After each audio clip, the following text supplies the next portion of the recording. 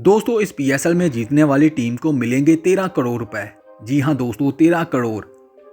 अगर एक आम आदमी के लिहाज से देखा जाए तो ये एक अच्छी खासी रकम है, लेकिन एक पीएसएल की टीम के लिहाज से ये कुछ खास अहमियत नहीं रखती, क्योंकि पीएसएल के अंदर ऐसी टीम्स भी मौजूद हैं जिनकी अपनी वैल्यू 600 करोड़ से 2000 करोड़ तक है। इसके अलावा एक पीएसएल के मैच को करवाने का खर्चा 1400 करोड़ रुपए आता है। इससे ये बात तो वाज़ह हो जाती है दोस्तों कि जो पीएसएल आपको टीवी पर दिखाया जाता है, इसके पीछे एक पूरा बिजनेस मॉड्यूल है। दोस्तों इस वीडियो में हम आपको इसी बिजनेस मॉड्यूल के बारे में समझाने की कोशिश करेंगे।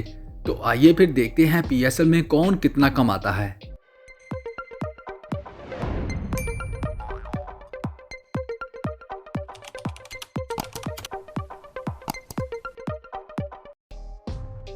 Number 10, what is PSL.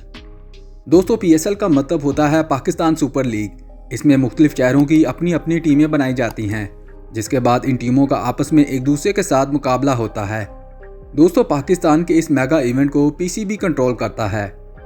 ये बात जानना इसलिए ज़रूरी है कि पीएसएल प्राइवेट कंपनी के तौर पर काम करता है, जिसके अंदर पीसीबी का बहुत बड़ा हाथ होता है। Number 9, revenue module. दोस्तों पीएसएल का रेवेन्यू मॉड्यूल 4 चीज़ों पर मुश्तमिल होता है। सबसे पहले आते हैं ब्रॉडकास्टर्स, यानी कि वो टीवी चैनल्स जो पीएसएल के मैचेस को दिखाते हैं। इसके बाद आती हैं पीएसएल की टीम्स, जिन्हें प्राइवेट कंपनीज के थ्रू ऑन किया जाता है। इसके बाद आते हैं स्पॉन्सर्स, जो कि पीएसएल और पीएसएल की टीम्स को स्पॉन्सर्स करते हैं। और आखिर में आता है पीसीबी, जो कि पीएसएल को कंट्रोल करता है। Number 8, sponsorship. दोस्तों स्पॉन्सर्स भी दो तरह के होते हैं। एक होता है टाइटल स्पॉन्सरशिप। ये वो स्पॉन्सरशिप होती है जो कोई भी ब्रांड पे करता है किसी भी लीग के टाइटल नेम के साथ अपना नाम अटैच करने के लिए। जैसा कि पाकिस्तान में होने वाले इस मेगा इवेंट का टाइटल स्पॉन्सर एचबीएल है। लिहाजा इसीलिए जब भी पीएसएल आता है तो इसे बोला जाता है एचबीएल पीएसएल, और 2025 तक एचबीएल ही रहेगा। दोस्तों इस टाइटल स्पॉन्सरशिप के लिए एचबीएल ने पीसीबी को 300 करोड़ रुपए अदा किए हैं। खैर ये सारा का सारा पैसा सिर्फ पीसीबी को ही नहीं जाता, बल्कि बिजनेस मॉड्यूल के मुताबिक 5% पीसीबी और बकिया 95% हिस्सा पीएसएल की टीमों को जाता है। यहाँ एक बात ज़हन नशीन कर लें दोस्तों, पीएसएल टीम का मतलब होता है पीएसएल फ्रेंचाइज, जैसा कि लाहौर कलंदर का कोई एक ओनर होगा। लिहाजा जब भी पीएसएल टीम के बारे में बात की जा रही होगी तो दरअसल वो पीएसएल की पूरी फ्रेंचाइज के बारे में बात की जा रही होगी। Number 7, event sponsors. दोस्तों ये वो स्पॉन्सर्स होते हैं जो कि मैचेस के इवेंट को स्पॉन्सर करते हैं। मिसाल के तौर पर स्टेडियम के अंदर लगे बिलबोर्ड्स को स्पॉन्सर किया जाता है, बाउंड्री वॉल्स को किया जाता है। इसके अलावा दोस्तों अगर आपने कभी नोट किया हो तो जब भी कोई छक्का लगता है तो ये बोला जाता है टिकटॉक सुपर 6। यहाँ पर टिकटॉक भी इवेंट स्पॉन्सर है। इसके अलावा दोस्तों ओसाका पावर रन का एक इवेंट भी किया जाता है, जिसमें एक बंदे को बैटरी के साथ भगाया जाता है। ये भी इवेंट स्पॉन्सर में आता है। दोस्तों आपने अक्सर स्टेडियम में मुख्तलिफ बैनर्स भी देखे होंगे, ये सारे के सारे भी इवेंट स्पॉन्सर होते हैं। अगर इनको रफली कैलकुलेट किया जाए तो तकरीबन 300 करोड़ का रेवेन्यू ये स्पॉन्सर पीसीबी को पे करते हैं, जिसमें से 5% पीसीबी और बकिया 95% पीएसएल की टीमों को मिलता है। Number 6, broadcasting rights. दोस्तों पीएसएल के ब्रॉडकास्टिंग राइट्स इन टीवी चैनल्स को बेचे जाते हैं जिन पर पीएसएल के मैचेस दिखाए जाते हैं। दोस्तों 2020 में ये ब्रॉडकास्टिंग राइट्स 4 अरब रुपए के बिके थे। यहाँ पर भी वही सेम फार्मूला अप्लाई होता है, यानी कि 95% पीएसएल की टीम्स को और 5% हिस्सा पीसीबी के हिस्से में आता है। वैसे दोस्तों अगर आप ब्रॉडकास्टर्स के हवाले से सोच रहे हैं कि इतने पैसे खर्च करने का आखिर उसको क्या फ़ायदा होता है, तो ये बात जान लें कि दोस्तों ब्रॉडकास्टर हमेशा ही फ़ायदे में रहता है, क्योंकि पीएसएल के मैचों के दौरान 10 सेकंड की ऐड की कीमत 10 से 15 लाख रुपए होती है। और यहाँ इंटरेस्टिंग बात यह है कि मुख्तलिफ ब्रांड्स की कंपनियाँ इस ऐड को लेने के लिए लड़ाइयाँ कर रहे होते हैं। इसीलिए ब्रॉडकास्टर जब भी राइट्स खरीदता है तो अपने पैसे तो पूरे करता ही है, लेकिन इसके साथ साथ काफ़ी ज़्यादा फ़ायदा भी उठाता है। सारे का सारा पैसा सीधा पीसीबी के पास जाता है, इसका कोई भी प्रॉफिट किसी के साथ शेयर नहीं किया जाता। लेकिन दोस्तों क्या आपने ये सोचा कि एक पीएसएल की टीम को खरीदने के लिए इतने सारे पैसे पे करने पड़ते हैं?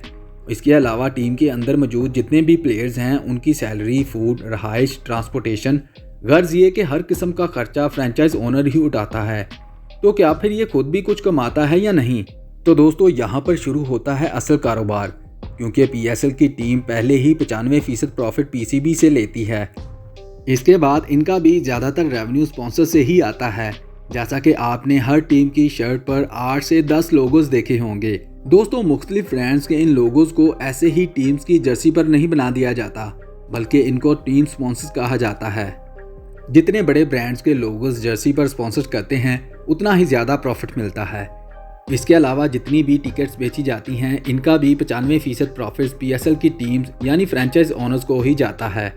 इसके अलावा बाजार में बिकने वाली शर्ट का पैसा भी ओनर को ही जाता है। Number 4, players earning. दोस्तों, PSL में खेलने वाले प्लेयर्स भी बहुत ज़्यादा पैसा कमाते हैं। टीम्स के ओनर की तरफ से तो इनको सैलरी मिलती ही है।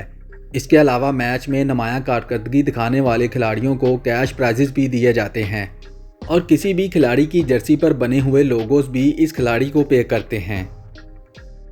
Number 3, prize pool.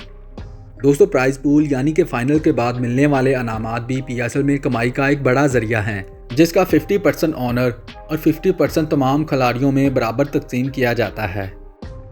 Number 2, auction. दोस्तों, PSL में तमाम प्लेयर्स ड्राफ्ट में मौजूद होते हैं, जिसमें 5 कैटेगरीज होती हैं: प्लाटेनियम, डायमंड, गोल्ड, सिल्वर और इमर्जिंग। दोस्तों, प्लाटेनियम कैटेगरी सबसे ऊपर होती है, जिसके अंदर टॉप के प्लेयर शामिल होते हैं। इन प्लेयर की कीमत बकिया सब प्लेयर्स से ज़्यादा होती है। तकरीबन $2,20,000 तक प्लाटेनियम कैटेगरी के प्लेयर्स को ख़रीदा जा सकता है।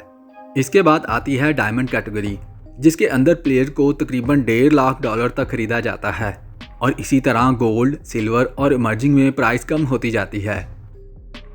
Number 1, brand value.